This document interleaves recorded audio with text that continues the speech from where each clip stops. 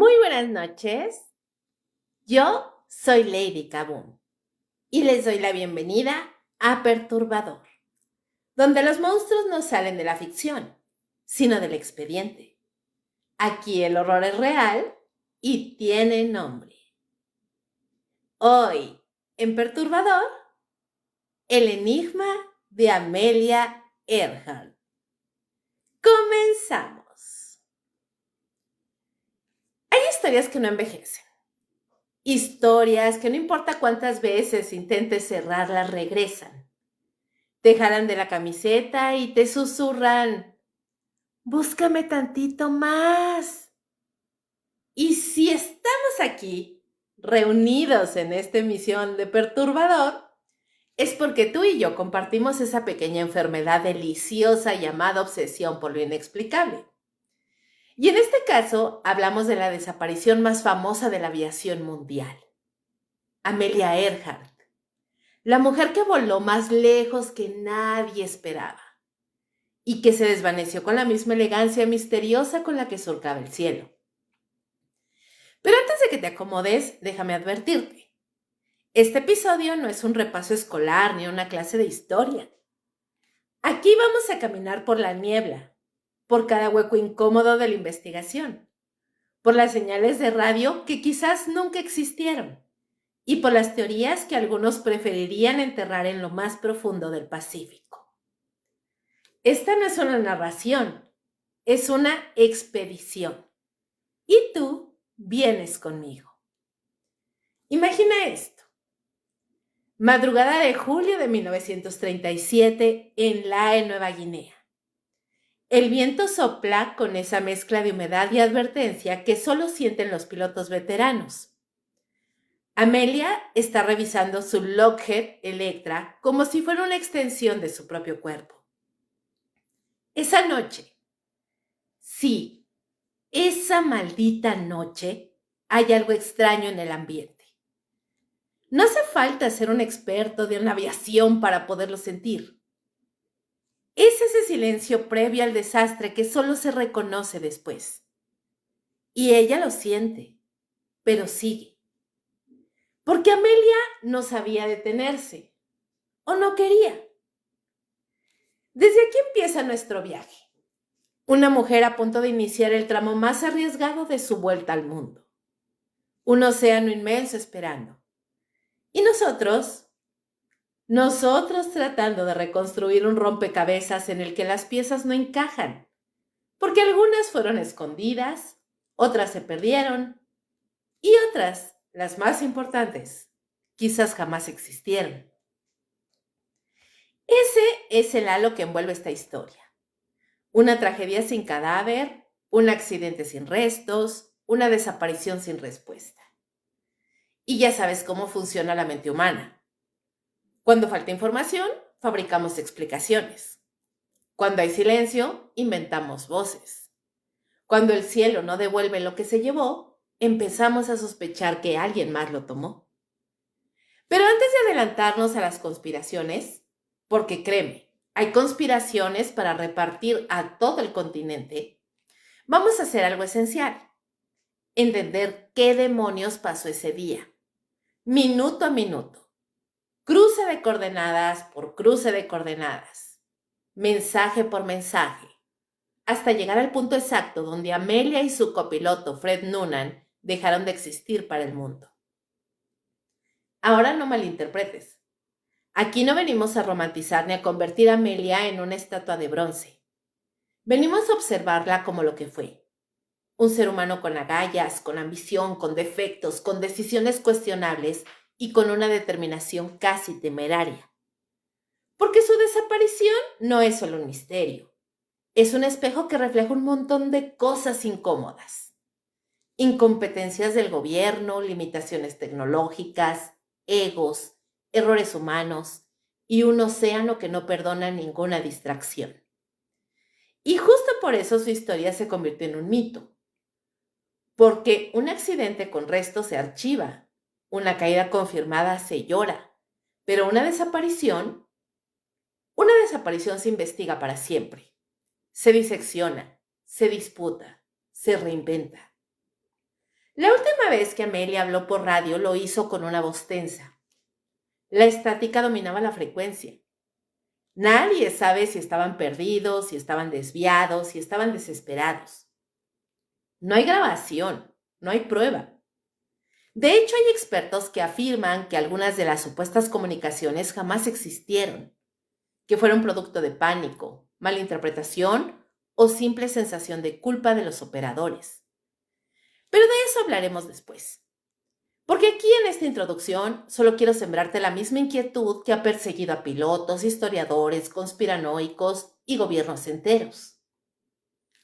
¿Cómo desaparece un avión entero en una ruta vigilada con comunicaciones activas, con un plan meticulosamente trazado y con todo un maldito equipo esperando su llegada? ¿Cómo carajos algo tan grande se esfuma sin dejar nada confiable? Esa es la belleza y la maldición del caso. Y lo que más jode es que cuando más investigas, más preguntas salen. ¿Hubo señales de radio después de su desaparición? Hay registro de gente que asegura haberlas escuchado. ¿Hubo restos encontrados en islas remotas? Sí, pero nada conclusivo. ¿Intervino un gobierno? Quizás sí. ¿Hay archivos que aparecieron décadas después? También. ¿Son confiables? Ahí empieza lo sabroso del asunto. Por eso esta emisión no se va a limitar a repetir lo que ya sabes. Vamos a viajar desde su biografía para entender qué tipo de mente se atreve a rodear el mundo cuando el mundo aún no estaba listo, hasta las sombras más profundas donde se esconden teorías escandalosas. Cautiverio, ejecución, encubrimiento, espionaje, dobles vidas, nuevas identidades. Sí, todo eso existe alrededor del caso. Y tú estarás aquí para escucharlo todo, sin paréntesis, sin suavizar y sin filtrar. Lo que estás a punto de escuchar no es la historia de una piloto, es la historia de una ausencia, de una sombra que creció tanto que se tragó a la persona real, de una mujer cuyo impacto no termina en el cielo, sino en el misterio. Porque si algo dejó a Amelia fue precisamente eso, un enigma que respira, que evoluciona, que se resiste a ser resuelto. Así que toma asiento, porque este vuelo no tendrá rutas claras ni señales de radio perfectas. Vamos a seguir huellas que desaparecen, a revisar mapas que no coinciden, a escuchar transmisiones que se contradicen. Y al final quizás no obtengas una respuesta definitiva, porque nadie la tiene. Pero sí vas a conocer cada maldita pista, cada teoría, cada silencio y cada sombra que dejó su camino. Esto apenas empieza y te prometo que cuando terminemos no verás el cielo igual. Hay nombres que parecen estar diseñados para convertirse en leyenda, como si hubieran sido escritos en tinta que se niega a borrarse del tiempo. Amelia Earhart es uno de ellos. La mayoría del mundo solo la conoce como la mujer que desapareció en el Pacífico. Pero para entender por qué su ausencia sigue obsesionando a generaciones, necesitamos regresar al inicio. No a la pista de despegue ni al hangar, sino a una casa de 2 pisos en Atchison, Kansas, donde una niña inquieta empezó a desafiar las reglas antes de conocer la palabra aviación. Amelia nació en 1897, en una época donde el destino de las mujeres solía escribirse antes de que ellas pudieran caminar. Pero ella desde pequeña caminó hacia el lado contrario. Mientras otras niñas jugaban con muñecas, Amelia coleccionaba lombrices, trepaba árboles, corría con los zapatos embarrados y se negaba a ser la señorita correcta que la sociedad esperaba.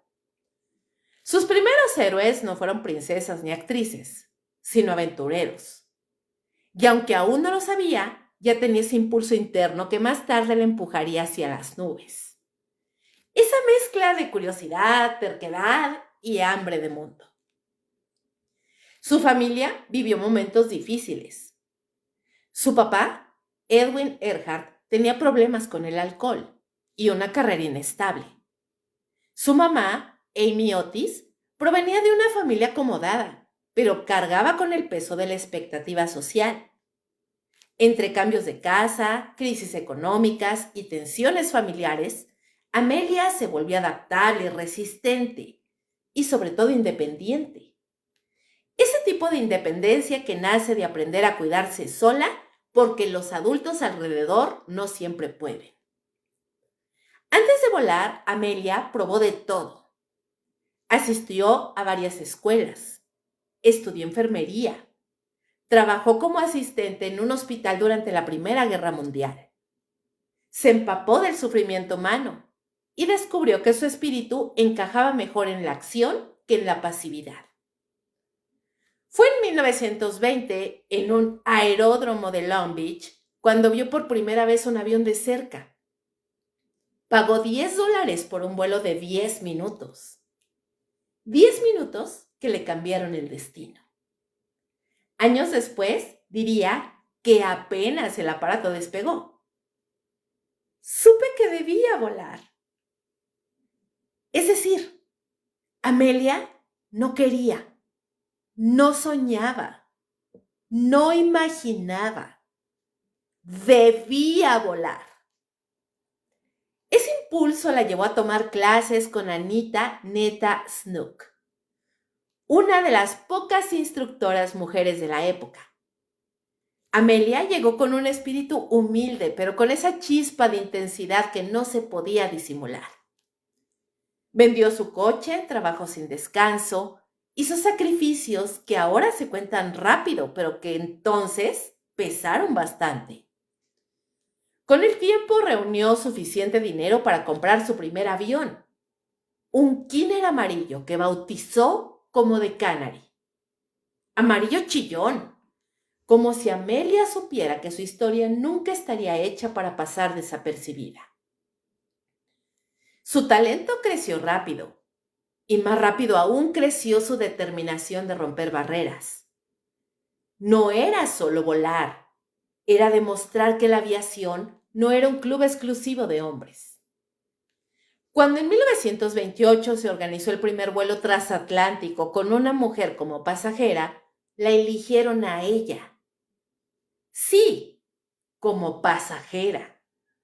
Y aunque Amelia sabía que no era exactamente el rol que quería, aceptó y aprovechó el spotlight para algo mucho más grande: convertirse en un ícono mediático. Después del vuelo, la prensa la recibió como si ella hubiera pilotado el trayecto entero. Lo curioso es que Amelia lo sabía. Sabía que el mérito real no era suyo, pero también comprendía el poder de la narrativa. Dejó que los reflectores la abrazaran, no por ego, sino porque entendía que cada titular abría una puerta para otras mujeres. Este es un punto importante. Amelia Earhart no solo fue piloto, fue un fenómeno mediático, y no accidentalmente. Ahí entra una figura que, aunque pocas veces aparece en las historias misteriosas, es clave para entenderla: George Putnam. George era editor, publicista, hombre de negocios y un maestro en construir figuras públicas. Cuando conoció a Amelia, vio en ella algo más que una joven piloto. Vio una marca. Él organizó sus conferencias, sus apariciones, sus libros, su agenda. Le ayudó a moldear una versión de sí misma que conectaba con el público. Fuerte, aspiracional, magnética. Alguien capaz de volar por encima de los límites culturales antes de hacerlo sobre los geográficos. La relación entre ambos fue un equilibrio extraño entre estrategia, admiración, cercanía emocional y finalmente matrimonio. Pero no un matrimonio tradicional. Amelia le escribió a Putnam una carta antes de casarse en la que explicaba que no prometía obediencia. que mantendría su independencia y que él debía respetar que su carrera estaría primero. Fue un contrato social adelantado a su época. Y, sin embargo, siempre existió una especie de dualidad en ella. La mujer que quería ser tomada en serio como piloto profesional y la figura que los medios querían convertir en símbolo. Ella lo manejó con una mezcla de pragmatismo y rebeldía. Se dejaba fotografiar con una sonrisa para los periódicos, pero en la cabina era rigurosa, técnica, meticulosa. No buscaba ser famosa, buscaba ser libre, pero aceptaba la fama porque le proporcionaba la libertad de financiar sus vuelos. Durante los años 30, Amelia se convirtió en un ícono global. Primera mujer en volar sola el Atlántico. Récords de velocidad, altitud, distancia. Cada salto la convertía poco a poco en algo más grande que una piloto. Se transformaba en un símbolo de posibilidad. En plena depresión, en una sociedad que buscaba héroes y esperanza, Amelia era perfecta. Era valiente, amable, carismática y tenía esa habilidad casi cinematográfica de parecer invencible. Como si la voluntad pudiera más que las tormentas, los radares que fallaban o la precariedad tecnológica de la época. Pero aquí es donde lo humano se mezcla con lo mítico. Su figura no solo creció por sus logros, sino por lo que representaba cultural y políticamente. Estados Unidos necesitaba historias aspiracionales. Las mujeres necesitaban modelos de independencia. La aviación necesitaba héroes. Y Amelia cumplía con todas las casillas. Lo interesante es que esa misma construcción pública que le impulsó hacia arriba también sembró la semilla de la obsesión mundial cuando desapareció. No era una piloto más que se había accidentado. No, era Amelia Earhart, la mujer que desafiaba las probabilidades, la mujer que cruzaba océanos como si fueran calles, la mujer que parecía impermeable al fracaso. Así que cuando se perdió la señal de radio aquella mañana de 1937, cuando el mar se tragó sus coordenadas y la historia dejó de tener respuestas, el mundo entero se entró en negación. No podía ser ella, no podía terminar así, no con un silencio. Y no era solo eso. Amelia no desapareció en un vuelo cualquiera. Estaba en su misión más ambiciosa, la vuelta al mundo siguiendo la línea ecuatorial. Un viaje diseñado para consolidarla no solo como leyenda, sino como pionera absoluta. La prensa lo cubría como si fuera un evento nacional. Los patrocinadores, el gobierno, los fans, todos estaban mirando. Había cámaras, titulares, entrevistas, discursos. Era el clímax perfecto para una figura construida cuidadosamente durante años. Y quizás por eso su caída o su ausencia dejó un hueco tan desafiante. Este bloque nos ayuda a entender algo crucial. Amelia Earhart no era solo una aviadora perdida, era un personaje cultural, una representante del progreso femenino, una heroína mediática, una figura política, una inspiración global. Su desaparición no borró su imagen, al contrario, la volvió más brillante, más inquietante, más irreal. Porque cuando desaparecen las personas que consideramos invencibles, el vacío que dejan es más grande. Y si queremos adentrarnos en las teorías, sospechas y conspiraciones que envolvieron su final, primero teníamos que conocerla así. Humana, brillante, contradictoria, poderosa, vulnerable y cuidadosamente convertida en mito. Solo entendiendo quién era, podemos comprender por qué su ausencia sigue siendo un eco que no se apaga. Hay viajes que empiezan mucho antes del primer despegue. El último vuelo de Amelia Earhart comenzó meses antes. en oficinas llenas de mapas desplegados, cables de radio enredados como serpientes metálicas, y un sueño tan grande que apenas cabía dentro del hangar. Dar la vuelta al mundo siguiendo la línea ecuatorial. No era un simple recorrido, era la ruta más larga, más compleja y más arriesgada posible para la aviación de su época. Si lo lograba, rompería récords. Si fallaba, quedaría exactamente donde terminó, entre el mito y la bruma. Y para semejante ambición, Amelia eligió su nave, un Lockheed modelo 10E Electra, un bimotor elegante, plateado, que parecía más un proyectil luminoso que un avión. Fue modificado especialmente para ella. Le retiraron los asientos para colocar tanques adicionales de combustible. Instalaron un compartimiento reforzado. Ajustaron la estructura interna y lo equiparon con tecnología de navegación, que en teoría debería darle ventaja. Pero recordemos que la aviación de los años 30 estaba en pañales. La electrónica, los radios, pues no eran sistemas fiables, sino apuestas. En el Electra, cada cable contaba, cada antena, cada tornillo.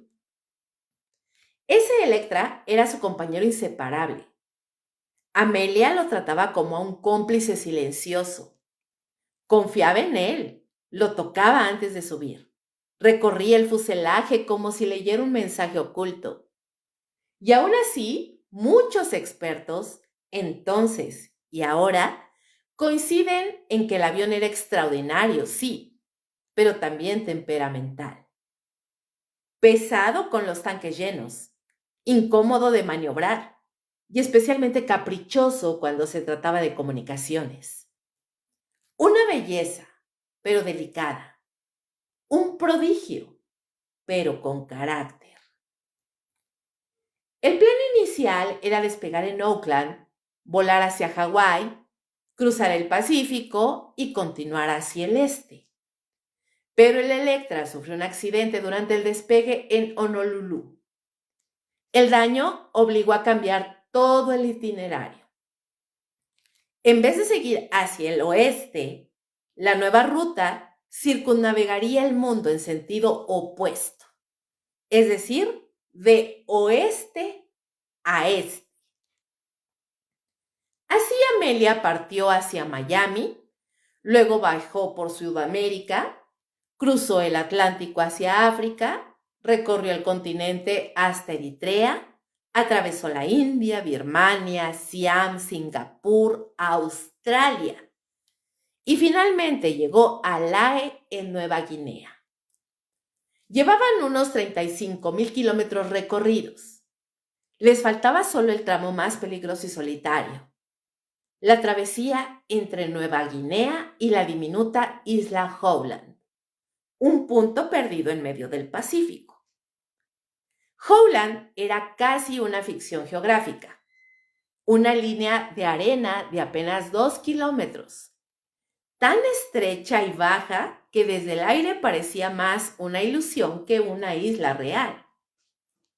Estados Unidos instaló una pista improvisada, una estación con personal y un buque, el USCGC Itasca, equipado para comunicarse con Amelia y guiarla en la fase final. Pero nada de eso garantizaba que ella pudiera verla desde arriba. En el Pacífico, un error de solo unos pocos kilómetros es suficiente para perderlo todo. El Electra llevaba tanques adicionales que aumentaban su peso hasta rozar el límite de seguridad. Un sistema de radio que debía permitir la triangulación, pero que sufrió daños durante el accidente en Hawái. Una antena direccional retirada para aligerar la nave, lo que hoy en día se considera un error crítico. Un receptor de señales que funcionaba, pero no tan bien como debería. A esto se sumaba un detalle clave. Amelia no era experta en comunicaciones de radio. Sabía operar lo básico, pero no era técnica. Fred Noonan, en cambio, dominaba la navegación astronómica. pero no era especialista en radios. Y para ese tramo se necesitaba prácticamente magia tecnológica. Los últimos días en LAE fueron una mezcla de cansancio, preparación y nervios. Había mecánicos revisando el Electra, periodistas husmeando cada gesto de Amelia, comerciantes curiosos, funcionarios locales, un clima variable y un océano demasiado inmenso esperando en silencio. Noonan revisaba cartas náuticas, corregía trayectorias y hacía anotaciones que hoy siguen generando preguntas. Amelia conversaba con los técnicos, revisaba equipo, sonreía ante la prensa y parecía tranquila. Pero quienes la vieron aseguran que había una sombra extraña en su mirada.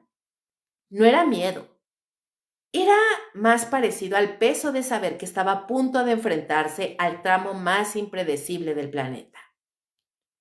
El Electra despegó de la mañana del 2 de julio de 1937.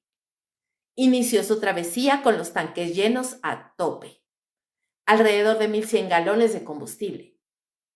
El peso era tan enorme que, según testigos, el Electra levantó el vuelo apenas unos metros antes de que la pista se terminara. Un arranque tenso, casi cinematográfico, pero que en la aviación real es mala señal. El clima parecía estable, aunque con nubes bajas hacia la zona donde estaría Howland. Los informes meteorológicos no eran perfectos ni detallados. Nadie tenía un sistema satelital para avisarles qué esperar, ni radar, ni un pronóstico confiable. Lo que sabían era lo que habían escuchado por la radio esa mañana. Y muchas condiciones del Pacífico Oriental pueden cambiar en cuestión de horas. Para entender por qué el caso de Amelia se volvió una obsesión mundial, hay que visualizar el mapa. Una isla minúscula en medio de un océano gigantesco. Un avión cargado al límite. Un sistema de radio dañado. Una tripulación que dependía de comunicarse precisamente en la fase más crítica.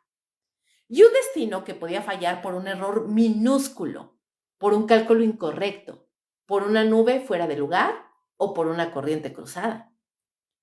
La ruta prevista desde Lae a Howland era de unos 4,100 kilómetros. Con el Electra cargado, esto implicaba de 18 a 20 horas de vuelo continuo. La mayoría sobre un océano oscuro, sin referencias visuales, sin luces, sin tierra, sin nada. La navegación astronómica podía funcionar durante las primeras horas, pero a medida que amanecía y se acercaban a Howland, la precisión se reducía. Y ahí era cuando más la necesitaban. Durante el vuelo, Amelia realizó varios intentos de comunicarse con el Itasca. Algunas transmisiones se escucharon claras, otras débiles y otras ininteligibles. Lo más preocupante es que ella no podía escuchar las respuestas del barco. Podía transmitir, pero no podía recibir. Era como hablar con alguien por teléfono sin saber si la línea sigue abierta. El Itasca lanzó señales de radio, bengalas, humo. Intentó coordinar frecuencias, intentó guiarla. Nada. La comunicación era como un murmurar al viento. Varias horas más tarde, cuando se suponía que Amelia ya debía estar sobrevolando la zona de Howland, envió uno de los mensajes más inquietantes del caso, que deberían, de alguna manera, estar cerca, pero que no veían la isla y que volarían en un RUM norte-sur. Esto para intentar localizar la isla. Después de eso, hubo un silencio absoluto. No era un vuelo cualquiera, era un evento global. La prensa, los gobiernos, los patrocinadores, el público, todos esperaban noticias constantes. Cada retraso se convertía en rumor, cada silencio en angustia. Ella lo sabía.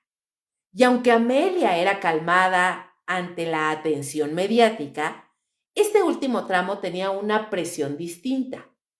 Se jugaba su reputación, su sueño y probablemente su vida. Cualquier piloto habría sentido el nudo en la garganta.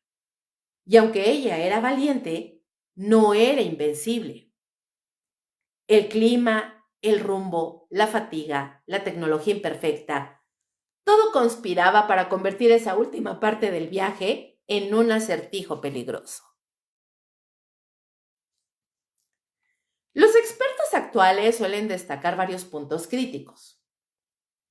Primero, el Electra consumía más combustible en aire húmedo y cargado, condiciones típicas del Pacífico. 2. La antena de cable debajo del fuselaje podía haberse desprendido al despegar, inutilizando parte del sistema de radio. 3. El receptor direccional esencial para localizar la señal de Itasca no estaba calibrado correctamente. 4. El cálculo de Noonan pudo verse afectado por nubes densas que ocultaron el horizonte marítimo. Es decir, en ese vuelo, la tecnología jugaba más en contra que a favor. A medida que avanzaban sobre el océano, la incertidumbre creció. El Electra debía aparecer en cualquier momento, pero no aparecía. El sol avanzó. La ansiedad en el Itasca era palpable. La comunicación seguía siendo perturbadora. Mensajes cortos, inseguros, desconectados. Hasta que llegó el último. Y luego nada. El mundo no lo sabía aún, pero en ese instante el misterio ya había nacido. Si la desaparición de Amelia Earhart fuera una película, este sería el acto donde la tensión sube y sube hasta volverse insoportable. El momento en que la única conexión entre un avión perdido y el resto del mundo se reduce a zumbidos, estática, señales incompletas y voces que aparecen y desaparecen como fantasmas eléctricos. Porque la verdadera niebla de este caso nunca estuvo en el cielo, estuvo en la radio. Desde el instante en que Amelia y Noonan despegaron de Lae el 2 de julio de 1937, las comunicaciones comenzaron a construir un rompecabezas tan caótico que casi 90 años después seguimos sin poder ordenarlo del todo. No fue un silencio inmediato, al contrario, hubo mensajes, muchos, pero tan confusos, tan fragmentados y tan técnicamente dudosos que cada uno se volvió una pieza de misterio en lugar de una respuesta. La primera parte del vuelo transcurrió con reportes ocasionales enviados desde el Electra. Eran mensajes relativamente tranquilos. Altitud, clima, progreso. Los operadores en la E podían escucharlos, aunque no perfectamente. Pero a medida que el avión se internaba en el Pacífico y las horas pasaban, algo empezó a sentirse distinto. Las emisiones llegaban más débiles, con ruidos metálicos como si el Electra se estuviera alejando no solo en kilómetros, sino en claridad. Y una de las claves de este desastre es simple, pero devastadora. Amelia podía transmitir, pero no podía escuchar las respuestas. Era como un monólogo obligado. Ella hablaba al mar y el mar nunca le respondía. El sistema de radio del Electra ya había sufrido daños meses antes. La antena ventral, que es una pieza crucial para recibir señales, posiblemente se desprendió al despegar del AE debido al peso brutal del combustible y la fricción con el suelo. Algunos expertos creen que esa antena se arrancó en el primer segundo del vuelo. Otros piensan que estaba mal calibrada desde antes. En cualquier caso, la consecuencia fue trágica. Amelia transmitía sin saber que estaba literalmente sola en el ruido. Mientras tanto, el buque Itasca esperaba ansioso frente a Howland. El barco era el faro tecnológico del operativo. Debía enviar señales, guiar, responder y confirmar posición. Los operadores, cansados, tensos, escuchaban la frecuencia donde Amelia debía aparecer. Tenían equipos modernos para la época y aún así lo que recibían era frustración pura. No la escuchamos. Cambia de frecuencia, no hay señal. Algo suena, pero es inentendible. Cuando finalmente comenzaron a captar su voz, fue un alivio breve y luego un golpe al estómago. Sus mensajes llegaban entrecortados, sin recibirlos de ellos. Era comunicación a medias, suficiente para sentir la presencia del Electra, pero insuficiente para ayudarlo. Uno de los primeros reportes alarmantes fue: estamos volando a 1000 pies, cielo nublado. Escuchamos ustedes en 3105, pero no lo recibimos claramente. Era un aviso. Algo no iba bien. Horas después se escuchó otro mensaje, esta vez más tenso. Debemos estar cerca de ustedes, pero no los vemos. Para un piloto en pleno Pacífico, esa frase es casi una sentencia. Estar cerca sin ver la isla es como decir, podemos estar exactamente donde creemos o en la absoluta nada. Otro momento crítico fue cuando Amelia dijo casi con frustración: estamos volando en la línea 157-337. Esa línea era una trayectoria de búsqueda, un método para intentar cortar visualmente la isla. Era un último recurso. Y luego el silencio. Un silencio tan brutal que todavía se escucha en la historia de la aviación. Pero aquí es donde el misterio se vuelve realmente perturbador. Porque mientras el Itasca dejó de recibir señales, otras estaciones del Pacífico aseguraron que sí captaron la voz de Amelia después del momento oficial de su desaparición. En Homeland, en Lae, en Nauru e incluso en barcos dispersos, varios operadores reportaron emisiones débiles que atribuían al Electra. Algunos decían escuchar numeraciones, otros frases entrecortadas, otros simplemente ruidos con ritmo humano. ¿Eran verdaderas? ¿Eran ilusiones auditivas? ¿Eran interferencias de otra fuente? La estación de Nauru afirmó que oyó la frase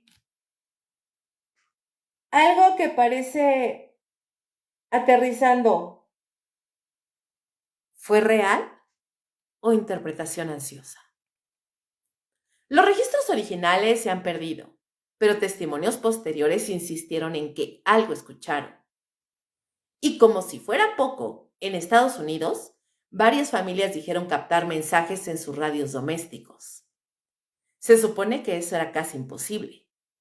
El Electra no tenía un transmisor tan potente, pero la teoría existe. Si el avión hubiera aterrizado en un arrecife, con baterías aún activas y la antena parcialmente sumergida, podría haber generado rebotes de señal insólitos. La mayoría de los expertos considera estos reportes como interpretaciones o coincidencias, pero otros piensan que algunos pudieron ser genuinos, lo que alimenta una de las teorías más impactantes: que Amelia sobrevivió al aterrizaje forzoso y estuvo enviando mensajes durante varios días. Nada está confirmado, y es justamente esa grieta lo que mantiene viva la leyenda. Durante el vuelo, Amelia intentó usar dos frecuencias principales: 3105 kHz para comunicaciones nocturnas y 6210 kHz para uso diurno. El problema es que el Itasca esperaba en una frecuencia y Amelia transmitía en otra. Cambiaban de canal sin haberse coordinado bien. Amelia hablaba donde no la escuchaban y escuchaba donde nadie le hablaba. Era un carnaval de confusión tecnológica. Ahora sumemos otro factor. Las frecuencias altas del Pacífico esa mañana estaban saturadas de estática interferencias solares y rebotes atmosféricos. La tecnología de 1937 no podía competir contra eso. Muchos operadores insistieron en que incluso si todo hubiera funcionado perfecto, la comunicación habría sido difícil. Pero con el Electra dañado y Amelia sin poder recibir, la tragedia estaba en marcha desde antes de que ellos lo supieran. Los operadores del Itasca fueron entrevistados durante décadas. Algunos se culparon, otros culparon al protocolo, otros al equipo del avión, pero todos coincidían en algo. La comunicación fue un infierno. Uno de ellos declaró: la escuchábamos fuerte, pero ella nunca nos oyó. Era como ver a alguien ahogarse sin que pueda escuchar tus instrucciones. Otro recordó: ella seguía diciendo que no podía localizarnos. A veces gritaba por encima de la estática. Ese detalle, que Amelia subiera el volumen y la intensidad de su voz, da escalofríos. Porque esa última secuencia de mensajes no suena a rutina, suena a desesperación controlada. El sistema de navegación para radio de los años 30 era primitivo. Las señales direccionales funcionaban solo si ambos extremos estaban perfectamente calibrados. Si uno fallaba, el piloto terminaba volando a ciegas. La brújula y la navegación astronómica ayudaban, pero en un amanecer nublado como el de ese día, Noonan no podía ver ni estrellas ni horizonte. Además, el Electra no podía triangular señales sin su antena correcta, y la del avión probablemente ya estaba perdida. Era como intentar encontrar un alfiler en un desierto sin brújula y con una tormenta encima. Imagina el interior del Electra: el sol subiendo, el océano interminable, el tanque bajando, la radio que no responde, Noonan calculando y recalculando mientras su brújula vibra. Amelia repitiendo: no vemos la isla, no los escuchamos. La tensión en ese cockpit debió sentirse como un nudo en la garganta del planeta. Ellos no sabían que sus mensajes serían estudiados durante generaciones. Solo sabían que estaban perdiendo el rumbo y tiempo y quizá esperanza. El último mensaje fue corto, casi brusco, lleno de estática. Estamos en la línea 157-337, repito. Y luego nada. Un silencio tan pesado que se volvió eterno. Lo que hace que esta parte del caso sea tan fascinante y tan inquietante es que no se trata solo de una desaparición. Se trata de una desaparición en tiempo real, escuchada por testigos, registrada en papeles oficiales, rodeada de interpretaciones contradictorias. Nadie vio caer a la Electra, nadie oyó un impacto, nadie encontró restos claros. Pero muchos oyeron algo que pudo ser Amelia o pudo ser la tormenta eléctrica de la historia fabricando ecos. La radio no solo falló, creó un mito hecho de estática, voces incompletas y silencios que todavía resuenan.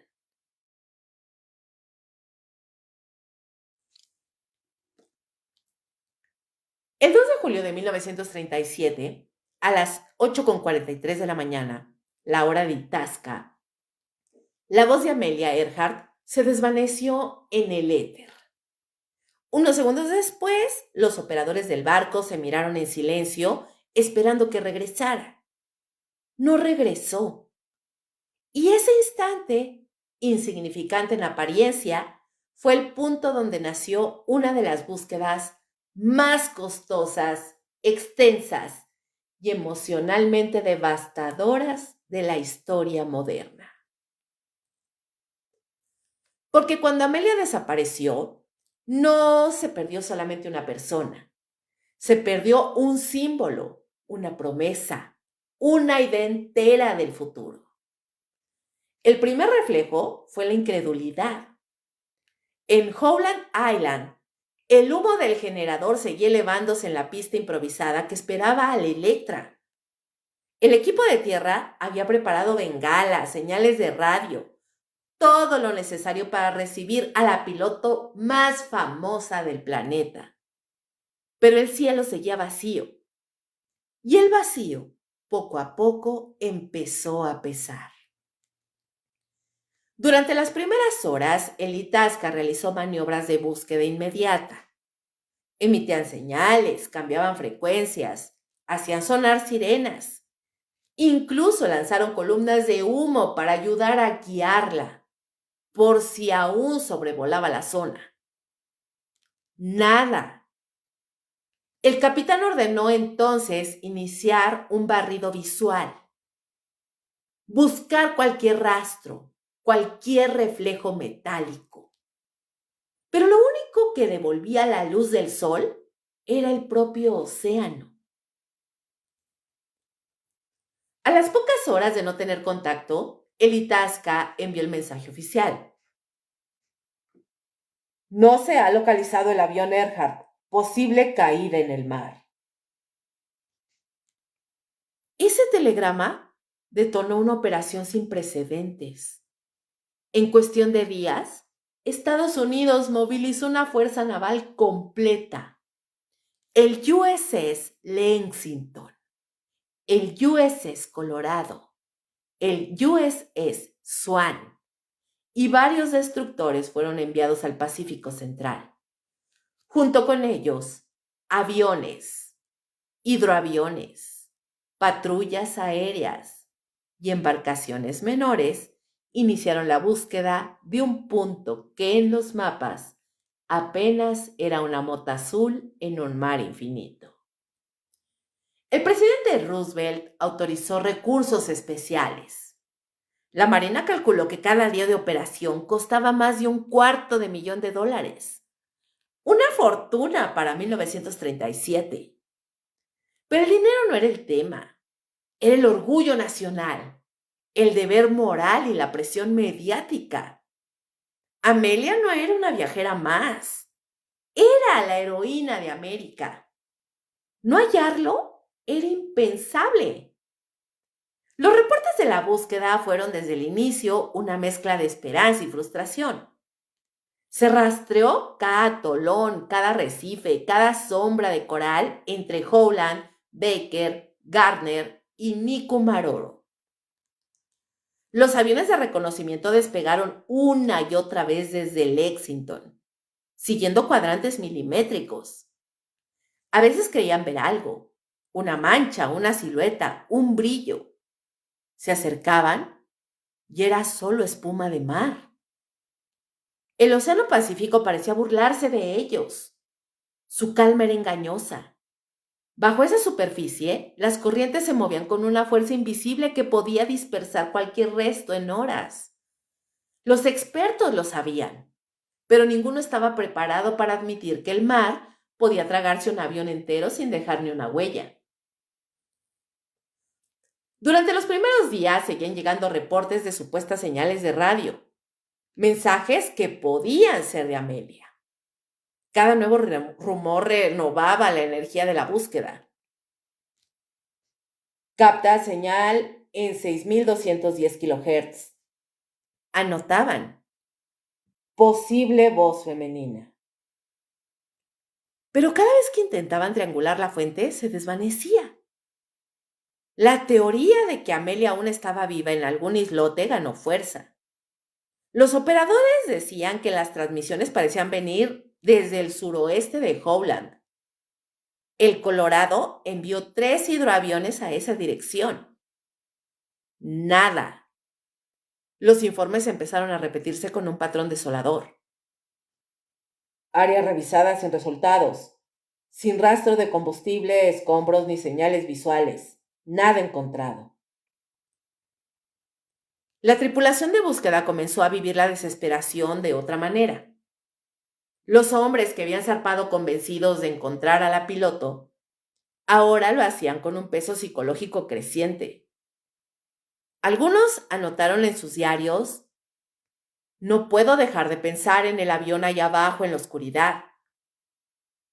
Otros confesaban su miedo a que la estuvieran buscando en el lugar equivocado.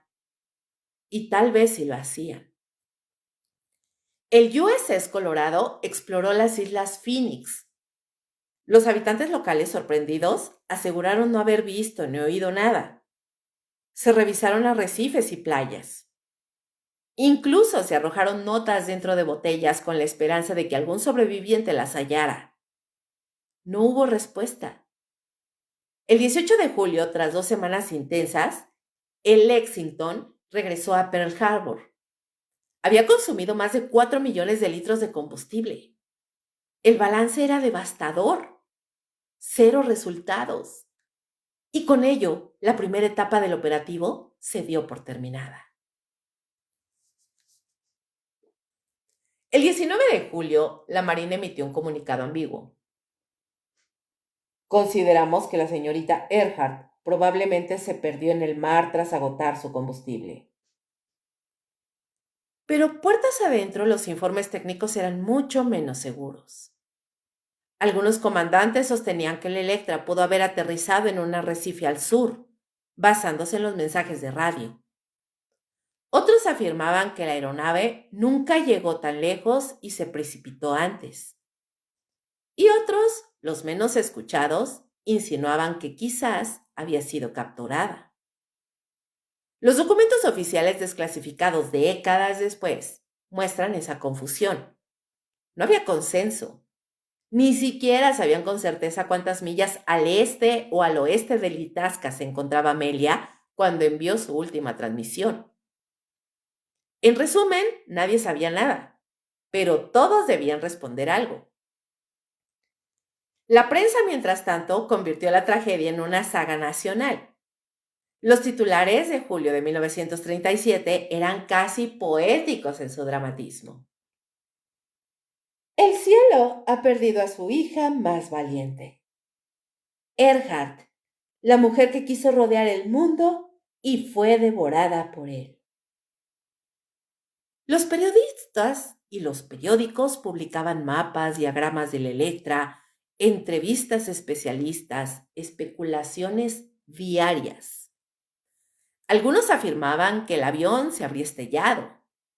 Otros, que estaba intacto en una isla habitada por nativos hostiles. La audiencia consumía cada palabra. El mito empezaba a crecer sin que nadie lo notara todavía. Mientras el mundo buscaba un cuerpo, los medios ya habían encontrado algo más útil. Una leyenda. El caso tocó fibras sensibles. Amelia Earhart no solo era una figura popular, era una embajadora oficiosa del optimismo norteamericano, una voz del movimiento femenino, una amiga cercana de Eleanor Roosevelt. El fracaso en encontrarla fue un golpe político tremendo. La Casa Blanca debía responder a un país que exigía resultados, pero la verdad era insoportable. No había resultados posibles. Roosevelt ordenó extender la búsqueda privada durante varias semanas más, financiada en parte por George Putnam, el esposo de Amelia. Él mismo viajó a la zona, contrató barcos civiles, pilotos, exploradores. Nada. Finalmente, a mediados de agosto se dio por concluida toda operación oficial. La noticia fue recibida con una mezcla de resignación y negación. Para muchos, aceptar que Amelia había desaparecido sin dejar rastro era inaceptable. ¿Cómo podía un avión entero con tecnología moderna evaporarse del mapa? Hay algo casi poético y cruel en cómo terminó esa búsqueda. Después de millones de dólares, decenas de barcos y semanas de esfuerzo, el Pacífico seguía igual. Inmenso, sereno, impenetrable. Nadie oyó un grito. Nadie vio humo. Nadie halló un ala flotando. Solo nada. Y en esa nada, la historia empezó a mutar. La falta de respuestas abrió la puerta a todas las posibilidades. Accidente, encubrimiento, supervivencia, captura. La búsqueda había fracasado, pero había nacido el mito. El silencio del mar se transformó en un espejo donde cada teoría podía reflejarse sin ser contradicha. George Putnam regresó a Estados Unidos con una caja de documentos, fotografías y reportes inconclusos. En una entrevista posterior dijo: "El océano no nos habló, pero el silencio también es una respuesta". Esa frase casi poética resumía la tragedia de Amelia, porque lo más perturbador no fue su desaparición, sino el vacío perfecto que dejó detrás. Ninguna ola trajo un fuselaje, ningún arrecife mostró su sombra, solo el rumor persistente de que en algún punto una mujer valiente cayó en el mar. Y el mar decidió callar.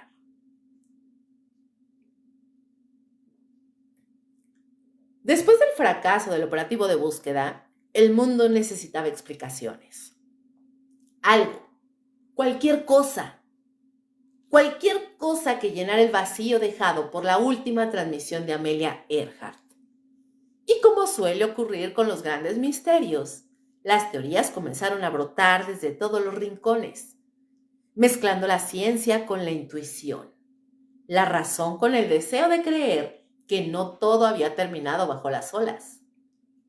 De todas ellas, 3 se convirtieron en las más persistentes: el accidente en alta mar, el amaraje fallido con hundimiento posterior y la hipótesis de la isla perdida de Nikumaroro.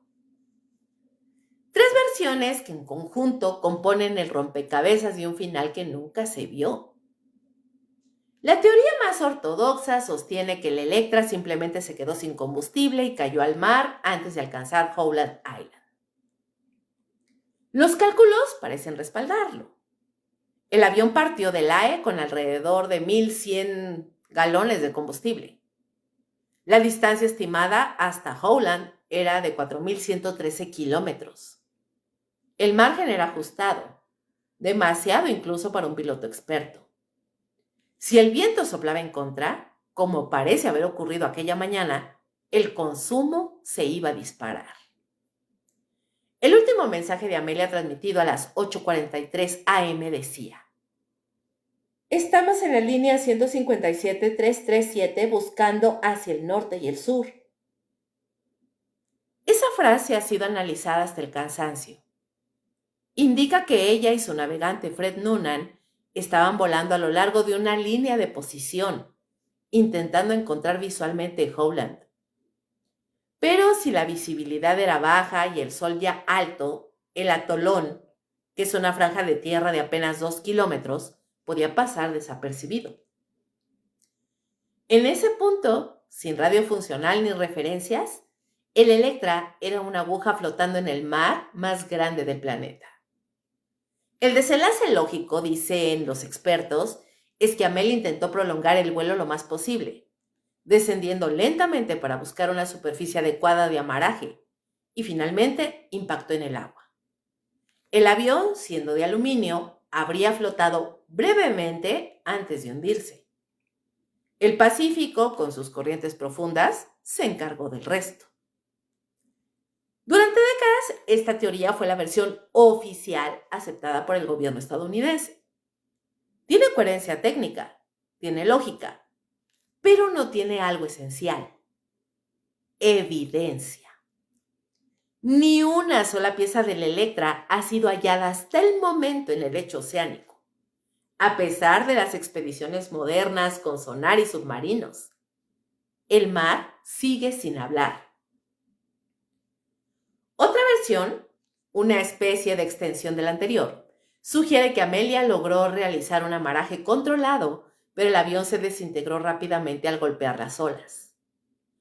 Los defensores de esta hipótesis se basan en los registros de radio de los días posteriores a la desaparición. Varias estaciones en el Pacífico y América reportaron recepciones débiles con voces femeninas, gritos, frases incompletas. Algunas eran claramente interferencias, otras no tanto. Un operador de radio en Florida aseguró escuchar: "This is Amelia Earhart. We can't hold much longer", aunque nunca se pudo verificar. Si esas transmisiones eran reales, significaría que el avión no se hundió de inmediato. Tal vez quedó flotando parcialmente con la radio aún operativa, y durante un breve lapso, Amelia trató de pedir auxilio. El Electra estaba equipado con una antena que requería que el avión estuviera en posición estable y que el motor izquierdo funcionara para transmitir. ¿Podría haber ocurrido eso sobre el mar abierto? Es posible, pero improbable. Las probabilidades de que un avión de 1937 lograra mantenerse a flote el tiempo suficiente para transmitir múltiples mensajes eran mínimas. Y sin embargo, algo en esa posibilidad, es decir, la imagen de Amelia sobre los restos de su avión luchando contra las olas enviando su última señal, resultaba tan poderosa, tan trágicamente cinematográfica, que el público no quiso soltarla jamás. Era la versión que todos podían imaginar. Una mujer sola, resistiendo en el corazón del Pacífico, tratando de hablar con el mundo que ya no la oía. Y entonces apareció la hipótesis que cambiaría todo. La de Nikumaroro, antes llamada Garner Island. Años después de la desaparición, exploradores británicos reportaron una isla deshabitada al suroeste de Howland. En 1940, un oficial colonial, Gerald Gallagher, encontró ahí huesos humanos parciales, junto con objetos que parecían pertenecer a una mujer. Un zapato, una botella rota, restos de un sextante y una caja de cosméticos. Gallagher envió los huesos a Fiji, donde un médico británico concluyó, con dudosa certeza, que pertenecían a un hombre europeo. Los huesos se perdieron posteriormente, desapareciendo en el laberinto colonial de la época. Décadas después, los análisis modernos de las mediciones originales concluyeron lo contrario. Resulta que los huesos probablemente sí eran de una mujer de complexión similar a Amelia Earhart. El hallazgo reavivó la hipótesis Nikumaroro.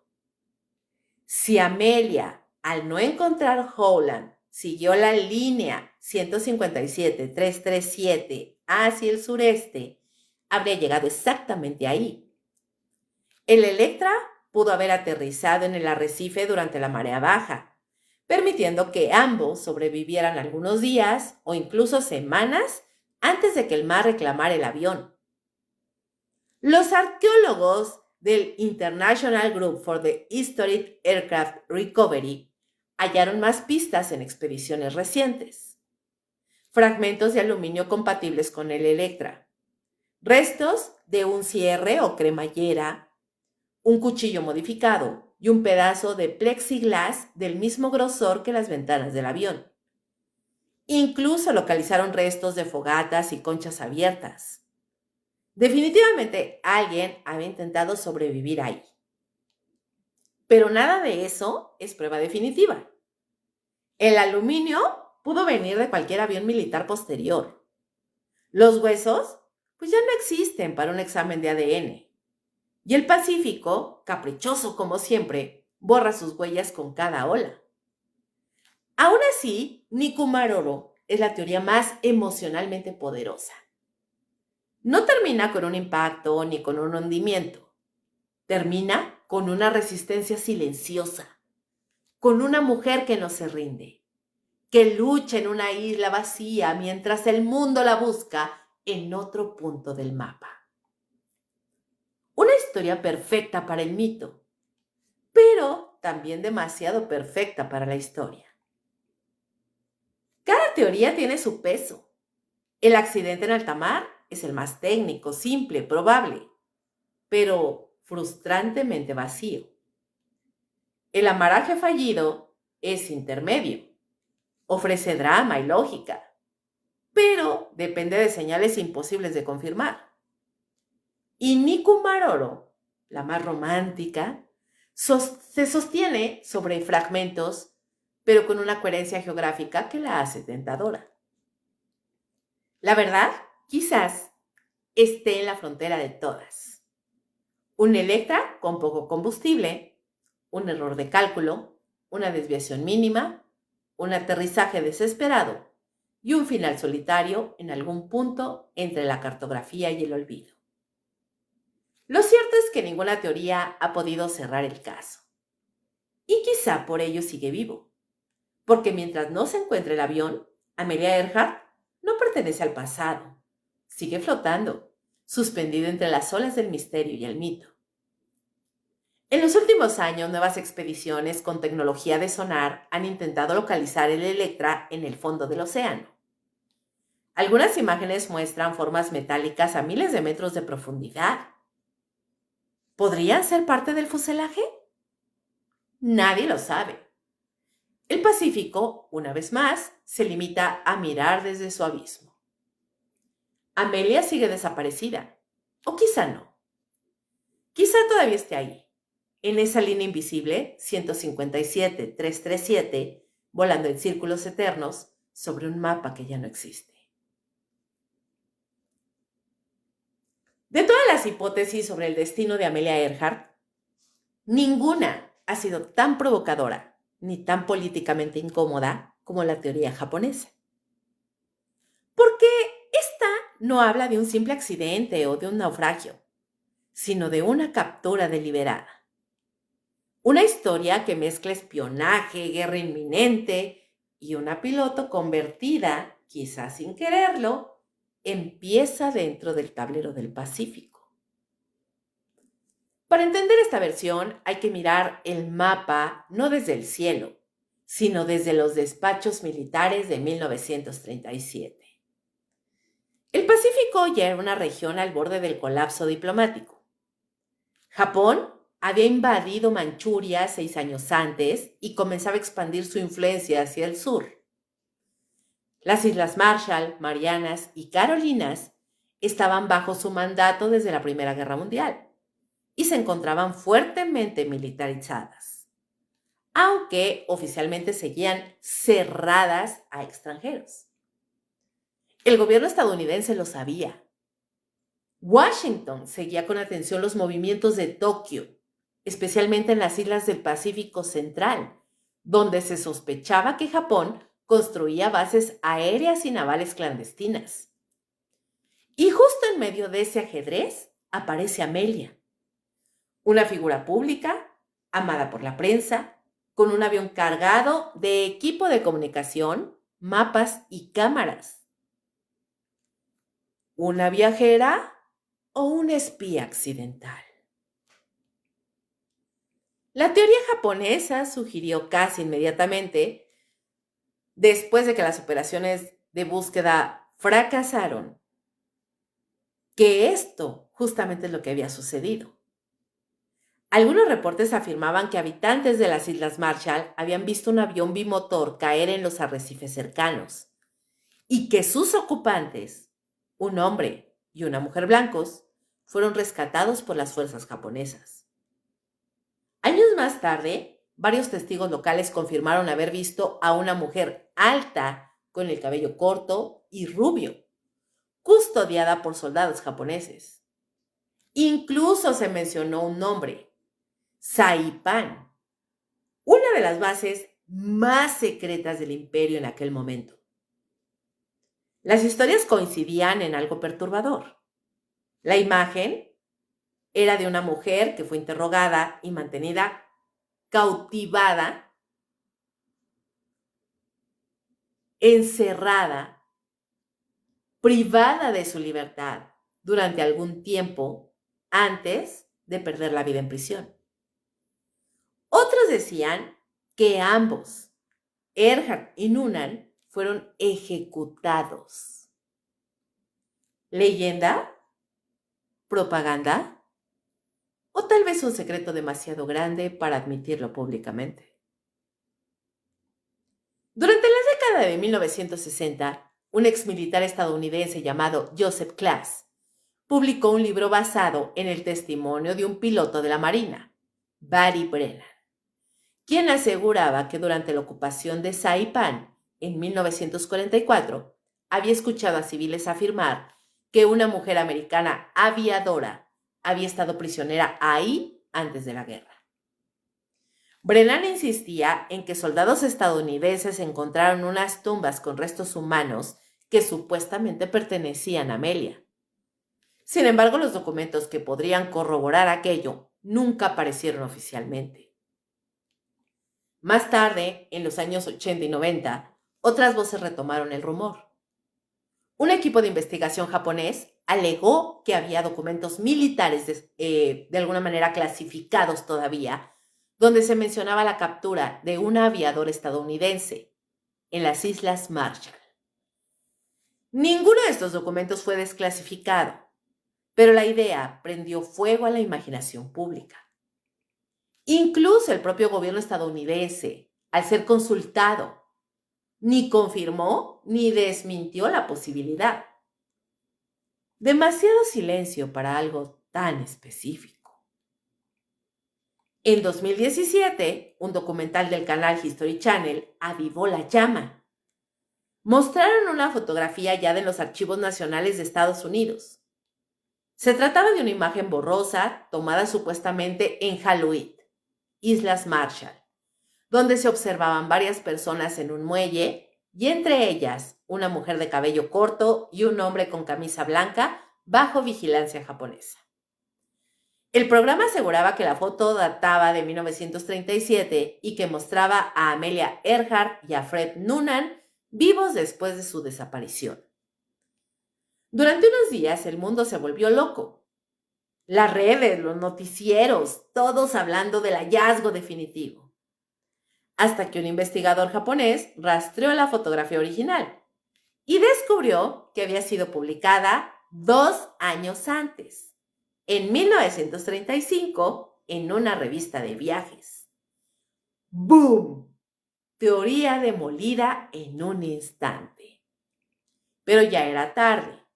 La idea había calado.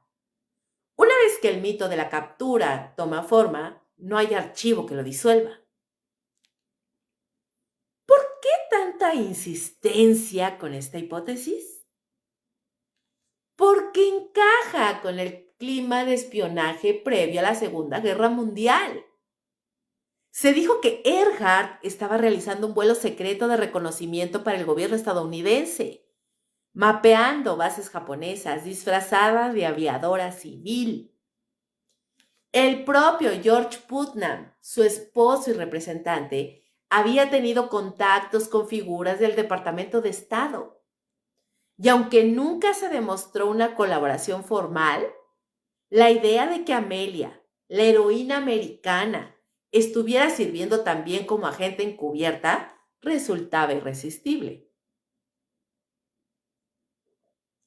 Además, el hecho de que su ruta pasara justo sobre zonas sensibles del Pacífico Central no ayudaba a desmentir nada. Años después, algunos exmilitares afirmaron haber visto en Saipán documentos y efectos personales con el nombre Earhart. Otros juraron haber desenterrado un fuselaje que parecía del Electra, pero nada de eso fue verificado. Pero en los misterios, los vacíos son gasolina.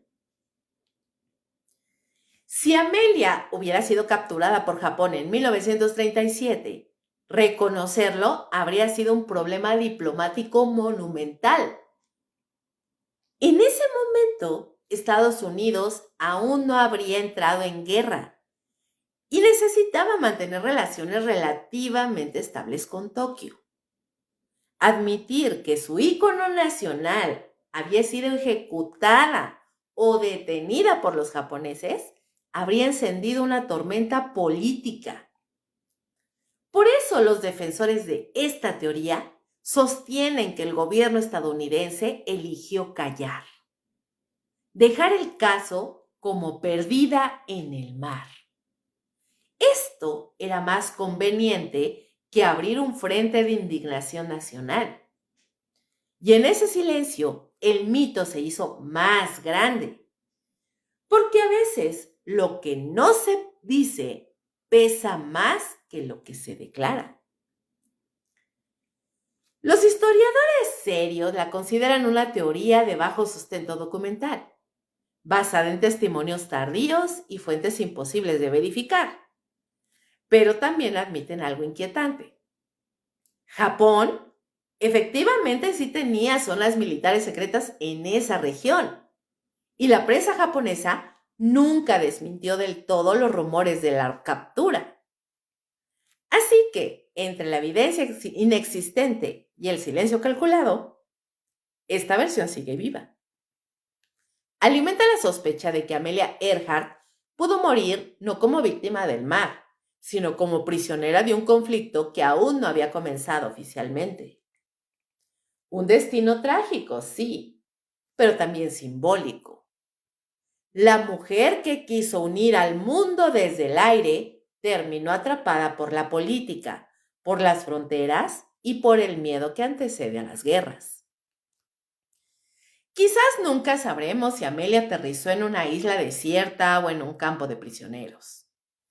Tal vez nunca existan los huesos, ni el avión, ni las pruebas. Pero el solo hecho de que la posibilidad persista, casi un siglo después, demuestra algo. Cuando la historia no da respuestas, la imaginación se convierte en su propio archivo. Y Amelia Earhart, en esa mezcla de mito, rumor y sospecha, sigue volando entre sombras que ni el tiempo ni la diplomacia han logrado despejar. Hay un punto en toda historia sin cuerpo ni tumba donde la verdad se vuelve irrelevante. Lo que queda no son los hechos, sino la forma en que los interpretamos. Y en el caso de Amelia Earhart, esa interpretación ha mutado tantas veces que hoy es imposible distinguir dónde termina la biografía y dónde empieza el mito. Porque cuando no hay restos, ni avión, ni señal, todo puede ser cierto. Y eso para las teorías conspirativas es un campo fértil. El expediente de Amelia Earhart es, ante todo, un archivo de ausencias. Páginas tachadas, informes incompletos, radiogramas perdidos, mapas que se contradicen. Nada más provocador que un silencio administrativo cuando hay un ícono nacional desaparecido. El gobierno estadounidense, en su momento, declaró la búsqueda cerrada tras 2 semanas de rastreo. Y aunque oficialmente el caso quedó catalogado como accidente marítimo probable, los informes internos hablaban de inconsistencias. El radio del Itasca, los cálculos de posición, los supuestos mensajes recibidos después de la desaparición, todo era una mezcla de evidencia incompleta y versiones cruzadas. Y en el vacío floreció el veneno más humano de todos, la sospecha. Una de las teorías más persistentes sostiene que Amelia Earhart no murió, que de hecho decidió desaparecer. Algunos creen que fingió el accidente para escapar de la fama, la presión mediática y las exigencias de un matrimonio convertido en empresa publicitaria. Hay quienes aseguran que fue un montaje cuidadosamente planeado, un vuelo fallido, entre comillas, diseñado para permitirle reinventarse bajo otra identidad. La evidencia principal: supuestos avistamientos posteriores, declaraciones de personas que dijeron haberla visto en distintas partes del mundo, desde Nueva Jersey hasta Costa Rica, y fotografías de mujeres que se parecen mucho a ella.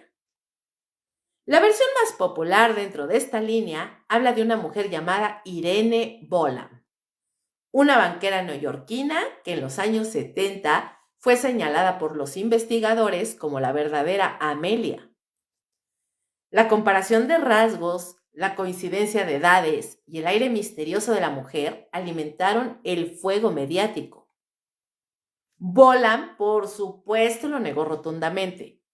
Demandó a los autores y ganó.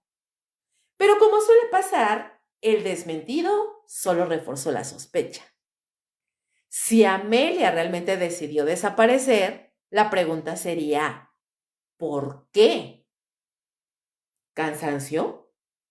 ¿Presión mediática? ¿O algo más oscuro? Otra teoría más inquietante afirma que el vuelo de 1937 tenía un propósito encubierto, que en el fuselaje del Lockheed Electra viajaban equipos de reconocimiento y fotografía de largo alcance, prestados por la Marina estadounidense. Oficialmente se trataba de un vuelo civil de circunnavegación, pero los documentos técnicos del avión, según algunos investigadores, incluían modificaciones no reportadas, antenas adicionales y compartimentos sellados. En plena tensión del Pacífico, el vuelo habría sido una misión de espionaje disfrazada de aventura heroica. Earhart, con su carisma y su reputación impecable, era el camuflaje perfecto.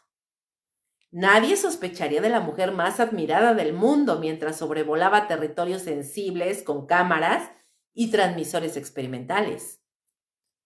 La hipótesis sugiere que el vuelo debía acercarse peligrosamente a zonas controladas por Japón para registrar bases militares ocultas.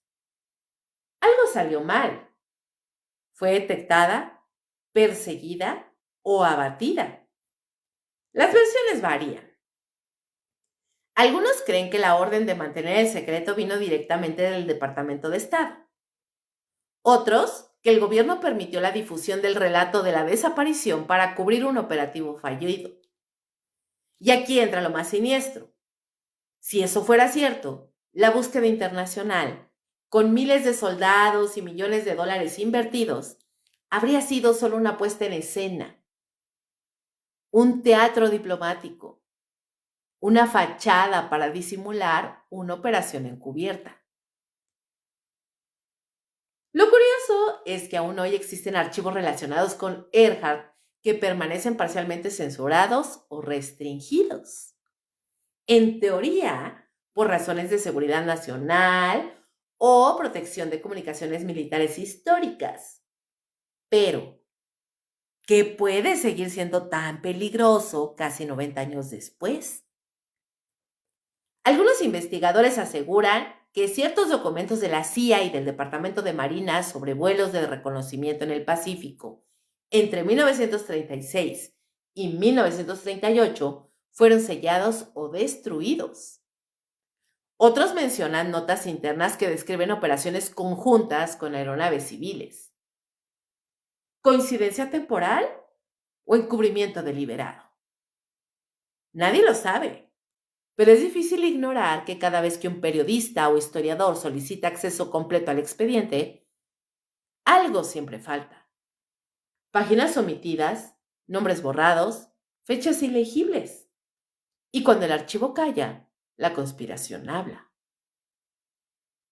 Otra vertiente, aún más inquietante, plantea que Amelia fue sacrificada por conveniencia política, que sabía demasiado o se negó a seguir con el juego del espionaje. En esa versión, el accidente fue simulado. Su avión desviado intencionalmente hacia una zona fuera de los radares y su desaparición coreografiada para eliminar un problema sin dejar mártires. El argumento se apoya en una secuencia incómoda. En las semanas previas al vuelo final, Amelia tuvo reuniones privadas con funcionarios del Departamento de Comercio y representantes del ejército.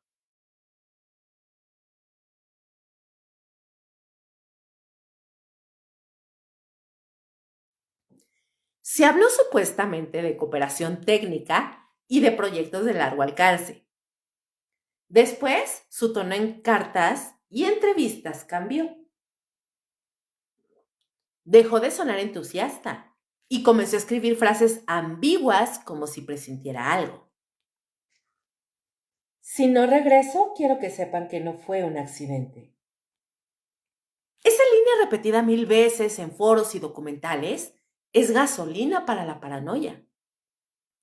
¿Era una advertencia? ¿Una confesión velada?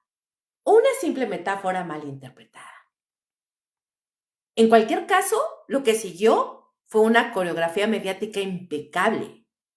La desaparición de Amelia Earhart se convirtió en un espectáculo global, cuidadosamente narrado por periódicos, radio y agencias de noticias. El gobierno organizó conferencias. El presidente Roosevelt envió condolencias y la figura de la aviadora fue moldeada para el consumo público. No una mujer perdida, sino una mártir del progreso. La prensa borró sus dudas, sus posibles fricciones personales, los rumores sobre espionaje o sobre conflictos maritales. El mito debía permanecer puro. Y así se edificó una narrativa heroica que sustituyó la verdad con algo más sutil. Una historia inspiradora fácilmente exportable. Con el tiempo esa imagen se volvió inamovible. Earhart dejó de ser persona para convertirse en un símbolo político y cultural. Un estandarte de independencia femenina, una marca de patriotismo, una historia que debía permanecer sin resolver para seguir funcionando. Porque seamos honestos, una Amelia viva, derrotada o desertora, no servía al relato. Lo fascinante del caso es que cada teoría dice más sobre la época que sobre la mujer. Las teorías de espionaje nacieron del miedo a la guerra. Las teorías de cautiverio del trauma del conflicto. Las teorías de desaparición voluntaria del desencanto con el sueño americano. Amelia se convirtió sin quererlo en un espejo de las ansiedades colectivas. Cuando el mundo necesitaba héroes, ella fue una mártir. Cuando el mundo empezó a dudar del gobierno, ella fue víctima de encubrimiento. Y cuando el siglo XXI se llenó de teorías conspirativas y verdades alternativas, su caso resucitó como un prototipo de lo inverificable. La conspiranoia no es solo desconfianza, es una forma de consuelo. Creer que alguien como Amelia no murió, sino que escapó o fue silenciada por razones más grandes, permite pensar que la historia aún tiene secretos que el mundo no está preparado para conocer. Y que ese mismo mundo no es tan banal como parece. Al final, toda conspiración sobre Amelia Earhart termina regresando a la misma pregunta. ¿Qué pesa más? ¿La evidencia o el relato? Si uno revisa los archivos, lo que hay es humo, declaraciones contradictorias y fragmentos de correspondencia. Pero si uno escucha las voces que siguen hablándole desde documentos oficiales, foros y libros, lo que emerge es una fe casi religiosa en la idea de que algo se nos oculta. Y en esa fe se construye la narrativa más poderosa de todas, la de una verdad imposible, la verdad que se alimenta del secreto mismo. Porque si algún día apareciera el avión intacto, o los restos identificados, o una grabación final que confirmara su muerte, el mito moriría con ellos. Y nadie parece querer eso. Ni gobiernos, ni medio, ni público. El misterio vende más que la certeza. En el fondo, la historia de Amelia Earhart no trata solo de aviación, sino de control narrativo. ¿De quién escribe la versión que recordamos? El archivo final, con sus sellos y omisiones, es una forma de poder. Y el mito, con su aura y su resistencia al tiempo, es otra. Amelia desapareció físicamente, pero su historia fue colonizada por intereses, agendas y nostalgias. Cada generación la reinterpreta para lo que necesita creer. Una heroína feminista, una víctima del sistema, una espía, una desertora, una mártir o una superviviente anónima. Todas pueden coexistir, porque sin cuerpo la verdad es maleable. Y quizás ese es el legado más perturbador. Lo que realmente desapareció no fue Amelia Earhart, sino la frontera entre la historia y el relato. Y así, al final del recorrido, nos queda una pregunta que ningún radar ni archivo puede resolver. ¿La verdad de Amelia fue ocultada o simplemente nunca existió como creemos? Tal vez ambas cosas. Tal vez el misterio no sea una falla de la historia, sino su mejor defensa. Y mientras haya silencio, hipótesis y gente dispuesta a creer, Amelia Earhart seguirá volando. No sobre los cielos del Pacífico, sino sobre ese espacio invisible donde habitan los mitos que se niegan a morir.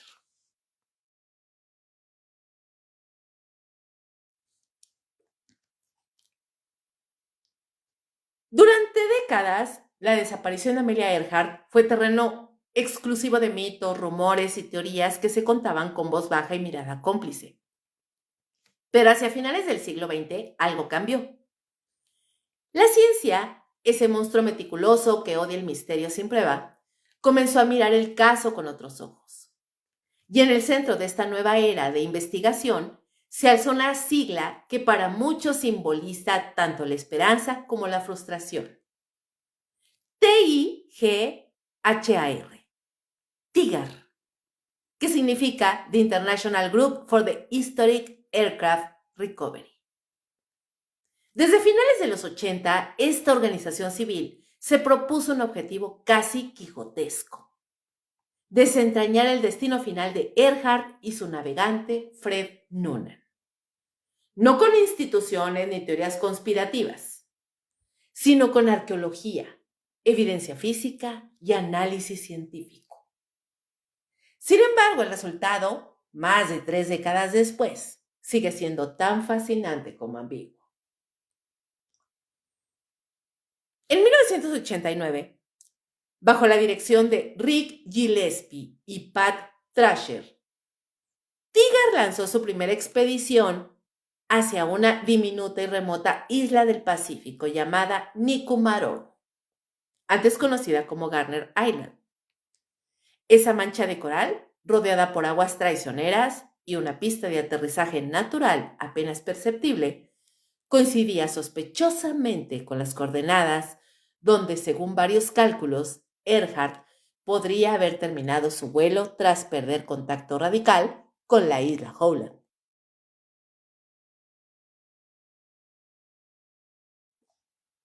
La idea no era nueva.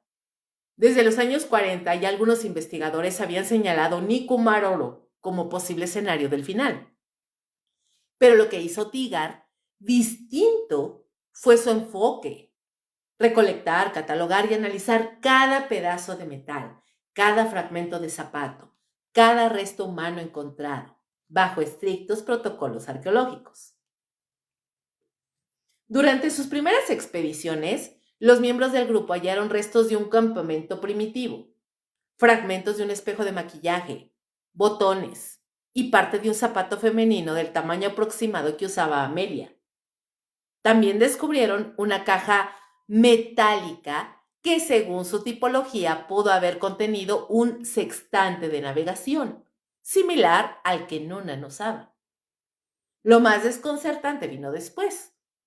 En los registros coloniales británicos de los años 40 existió una referencia a huesos humanos hallados en la isla por trabajadores locales.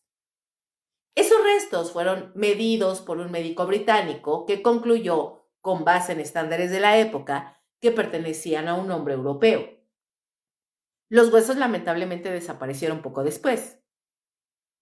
Décadas más tarde, TIGAR consiguió las mediciones originales tomadas en 1940, y la sometió a un nuevo análisis antropológico computarizado. El resultado, publicado en 2018, estremeció a la comunidad. De acuerdo con las proporciones óseas y el cráneo estimado, las características coincidían con las de una mujer de complexión y talla muy similares a Amelia Earhart. La noticia corrió por el mundo. Algunos titulares llegaron a anunciar que el misterio estaba resuelto. Pero la historia, como siempre, era más compleja.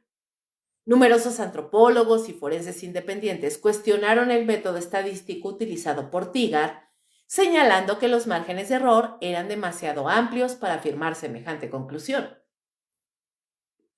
El debate encendió nuevamente la llama mediática. Para muchos, ese tipo de hallazgo alimentaba la esperanza de una resolución definitiva. Para otros, evidenciaba cómo incluso la ciencia podía ser seducida por el mito. Tigar, lejos de ceder, intensificó su trabajo. Emplearon drones, magnetometría, estudios satelitales y análisis submarinos con sonar de barrido lateral para rastrear restos de Lockheed Electra. En varias ocasiones creyeron haber detectado posibles anomalías metálicas bajo el lecho marino cercano a la costa occidental de Nikumaroro, pero ninguna exploración logró recuperar piezas identificables del avión. En 2021, un equipo independiente utilizó inteligencia artificial para revisar miles de imágenes del fondo oceánico cerca de Howland y Nikumaroro. Los resultados, aún preliminares, identificaron formaciones metálicas potencialmente no naturales. De nuevo, de alguna forma, se desvaneció todo esto entre las olas. A estas alturas, el nombre Tigar genera emociones opuestas. Hay quienes los ven como héroes modernos, arqueólogos de lo imposible, dispuestos a gastar años y fortunas por una causa que mezcla historia y justicia simbólica. Otros los acusan de sensacionalismo, de estirar cada hallazgo para mantener viva la atención pública y por ende la fascinación. Gillespie, sin embargo, ha sido claro en sus declaraciones. No queremos creer, queremos saber. Esa frase, en su crudeza, resume el drama contemporáneo de la búsqueda de Earhart, un esfuerzo científico que lucha contra el mismo monstruo que la convirtió en leyenda. Las expediciones de Tigar, sumadas, han superado los 8 viajes a Nikumaroro entre 1989 y 2019. Se han invertido cientos de miles de dólares en logística, buceo, equipo especializado y transporte. Los informes de cada misión, publicados en línea, son extensos, minuciosos y llenos de mapas, diagramas y fotografías. Pero tras todo este rigor, una pregunta sigue flotando como neblina persistente. ¿La ciencia puede realmente desenterrar la verdad cuando el mito se ha vuelto más fuerte que cualquier prueba? El caso de Amelia Earhart se ha transformado en un espejo donde la sociedad proyecta su fascinación por los enigmas resueltos. La búsqueda de evidencia tangible, un fragmento del fuselaje, una pieza del motor, una huella genética, no es solo un acto científico, es también un gesto de fe moderna. Tigar y otros grupos posteriores como Deep Sea Vision o equipos privados de exploración oceánica han continuado donde la historia dejó sus últimas coordenadas. La tecnología ha avanzado al punto de poder escanear miles de kilómetros cuadrados de fondo marino con precisión milimétrica. Y aún así, nada concluyente emergido. Esa ausencia, esa negativa obstinada del mar a devolver respuestas, ha hecho que la investigación de Earhart oscile constantemente entre dos polos: la ciencia empírica y la narrativa mítica. Cada descubrimiento parcial, ya sea una hebilla, una lata corroída, un fragmento de aluminio con remaches similares a la Electra, se interpreta como posible revelación o como simple espejismo. Y aquí radica el dilema central. Cuando el misterio se ha vuelto patrimonio cultural, ¿puede la verdad competir con la emoción del mito? En los últimos años, la genética forense se ha convertido en la nueva promesa. Algunos investigadores independientes han intentado obtener muestras de ADN en objetos recuperados por TIGAR, como cepillos, fragmentos de tela o restos óseos animales que podrían haber sido manipulados por humanos. Hasta ahora, los resultados han sido inconclusos o contaminados. La degradación ambiental de Nikumaroro, con su calor, humedad y salinidad extremas, han destruido casi cualquier posibilidad de conservación biológica. Sin embargo, los laboratorios modernos no descartan nada. Nuevos proyectos de microsecuenciación están intentando rastrear ADN mitocondrial ambiental en sedimentos y artefactos. Una técnica experimental que podría, en teoría, revelar rastros de ADN humano, aunque los restos ya no existan. Por otro lado, compañías privadas han ofrecido campañas de búsqueda mediante robots submarinos autónomos, o también conocidos como AUPS, capaces de mapear con precisión tridimensional los fondos más profundos del Pacífico. Algunos de estos proyectos están en desarrollo con la promesa de arrojar nuevos resultados en los próximos años. El caso Earhart ha logrado algo que pocos misterios alcanzan: mantenerse vivo sin necesidad de resolverse. Cada generación le añade una capa nueva, un documental, una expedición, una hipótesis alternativa. TIGAR, con todos sus aciertos y errores, logró algo fundamental: devolverle a la búsqueda un método, quitarle el aura exclusivamente conspirativa y ponerle en manos del análisis empírico. Pero incluso dentro del rigor científico, hay algo que ni los radares ni los algoritmos pueden medir: el magnetismo de una historia que parece resistirse al cierre. Porque Amelia Earhart no fue solo una aviadora desaparecida, fue una pionera, fue un símbolo de libertad, una figura mediática adelantada a su tiempo, y ahora un enigma que la ciencia persigue con la misma mezcla de lógica y fe que movía a los navegantes antiguos. Quizás la verdad esté ya dispersa entre los corales de Nikumaroro. Quizás nunca existió una respuesta única. Tal vez, como dijo un oceanógrafo que participó en una de las búsquedas, lo importante no es si encontramos el avión, sino por qué seguimos buscándolo. Y esa frase, en su sencillez, condensa el sentido último del mito y del método: la certeza de que algunos misterios existen no para resolverse, sino para recordarnos que todavía somos capaces de perseguir lo imposible. La señal se apaga. El zumbido blanco del éter se disuelve entre un océano que nunca respondió. Han pasado más de 80 años y aún así, en algún punto del Pacífico, la historia de Amelia Earhart sigue flotando entre la niebla como una frecuencia perdida, como un eco que se niega a morir. Recorrimos cada pista, cada registro, cada teoría. La niña curiosa de Kansas convertida en un símbolo mundial. La mujer que se atrevió a romper el cielo y a desafiar el papel de su época. El vuelo imposible, el último mensaje distorsionado, la búsqueda desesperada, las hipótesis que mutan con cada década. Y al final nada concluyente, solo un vacío que, paradójicamente, lo llena todo. La desaparición de Earhart se convirtió en más que una tragedia. Se volvió un espejo.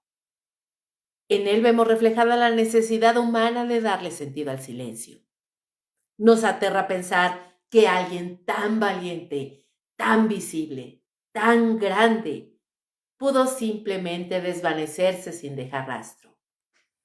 Así que inventamos teorías, montamos expediciones, escribimos libros y documentales, todo con un mismo fin: no aceptar que el mar a veces no devuelve respuestas. Porque Porque quizá el misterio no está en ni Kumaroro, ni en Howland, ni en los archivos clasificados. Quizá está en nosotros, en esa incapacidad de soltar, de admitir que incluso los héroes pueden desaparecer sin explicación. Tigar, los exploradores, los creyentes y los escépticos han convertido este caso en un campo de batalla entre la razón y la fe, entre la necesidad de evidencias tangibles y el deseo de sostener el mito. Y mientras tanto, la voz de Amelia, atrapada en grabaciones fragmentadas y reportes borrosos, sigue resonando. Estamos en la línea. No vemos la isla. A veces pienso que esa frase no solo describía su posición en el cielo, sino la nuestra como especie. Estamos en la línea, buscando algo que intuimos pero que nunca alcanzamos del todo. ¿Dónde termina la verdad y dónde empieza la fantasía? ¿Y si en el fondo ya no queremos saber qué ocurrió realmente? Porque si el misterio se resuelve, el mito muere. Y hay algo en nosotros que prefiere seguir creyendo que Amelia todavía está ahí, volando bajo una constelación que solo ella conocía. Tal vez eso explica por qué su nombre sigue vivo. No por la certeza, sino por la duda. Porque algunos ecos, los más profundos, no se callan, simplemente cambian de frecuencia. Así que, mientras el aire se llena otra vez de estática, apago la radio y dejo que el silencio hable. Allá afuera, entre las olas y los sueños, Amelia sigue volando. Y nosotros, los que la buscamos, los que necesitamos que siga ahí, seguimos escuchando aunque ya no haya señal. ¿Queremos la verdad o el consuelo del mito? La transmisión termina, la frecuencia se apaga, pero el misterio sigue en el aire.